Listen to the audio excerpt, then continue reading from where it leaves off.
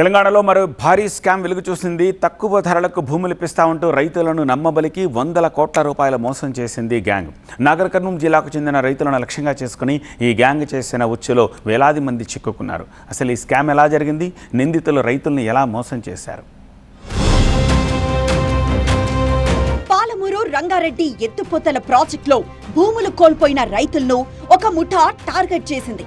నాగర్ కర్నూల్, కొల్లాపూర్ ప్రాంతాలకు చెందిన భూ నిర్వాసితులు, రైతులు తమకొచ్చిన నష్టపరిహారాన్ని భవిష్యత్తు కోసం పెట్టుబడిగా పెట్టాలనుకున్నారు.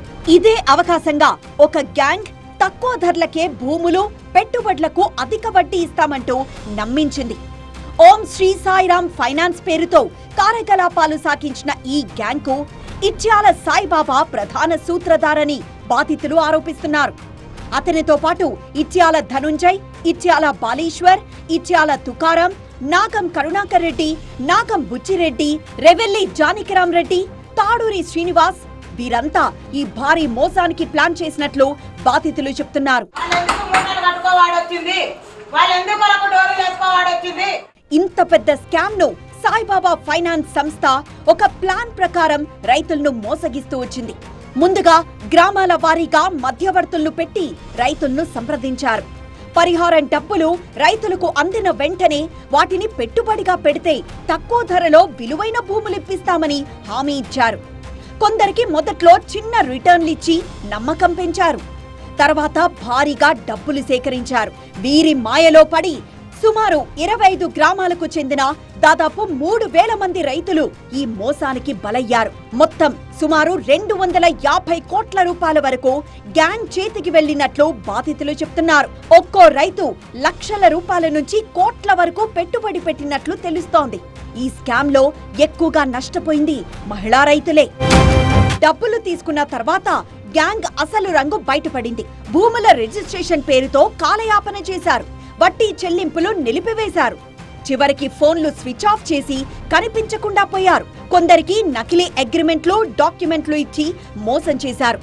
చివరికి న్యాయం కోసం హైకోర్టును ఆశ్రయించడంతో నిందితుల ఆస్తులను జప్తు చేయాలని కోర్టు ఆదేశించినట్లు తెలుస్తోంది. అయితే బాధితులకు డబ్బులు తిరిగిచ్చే విషయంలో ఇంకా స్పష్టత లేదు. స్కామ్ ముఠాలోని సభ్యుడైన ధనుంజయ్ గుప్తా హైదరాబాద్ లో ఉన్నట్లు సమాచారం అందడంతో రైతులు నేరుగా అతని ఇంటి ముందు ఆందోళనకు దిగారు. కూషాయిగూడ సుభాష్ నగర్ కాలనీలోని అతని నివాసం వద్ద మంగళవారం సుమారు 300 మంది బాధితులు బైఠాయించి నిరసన తెలిపారు. నిందితుడు ధనుంజయ్ గుప్తాను వెంటనే అరెస్ట్ చేసి కఠినంగా శిక్షించాలని డిమాండ్ చేశారు. ఈయన నాటు వంటలకు దాదాపు ఒక 2,500 మంది పెట్టిండ్రు. ఈ 2,500 మంది దాదాపు ఒక 230 పైసలకు కోట్లు ఈయన ఫ్రాడ్ చేయడం జరిగింది. ఆ పైసలు ఇద్దామని తీసుకుపోదామని ఇంతకొచ్చినాము. ఈయన తమ్ముడు సాయిబాబా తమ్ముడు శ్రీ ఓ సాయిరామ్ ఫైనాన్స్ కంపెనీ. ఇటు వీళ్ళంతా మోసగారు, వీళ్ళంతా మేము బాధితులము. మిత్తికి 2 రూపాయల మిత్తికి అని ఈయన ఆశ పెట్టిండు.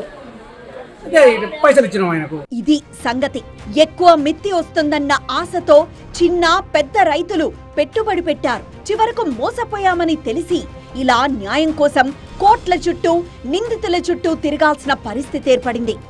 ప్రభుత్వం వెంటనే జోక్యం చేసుకుని తమకు న్యాయం చేయాలని బాధితులు కోరుతున్నారు.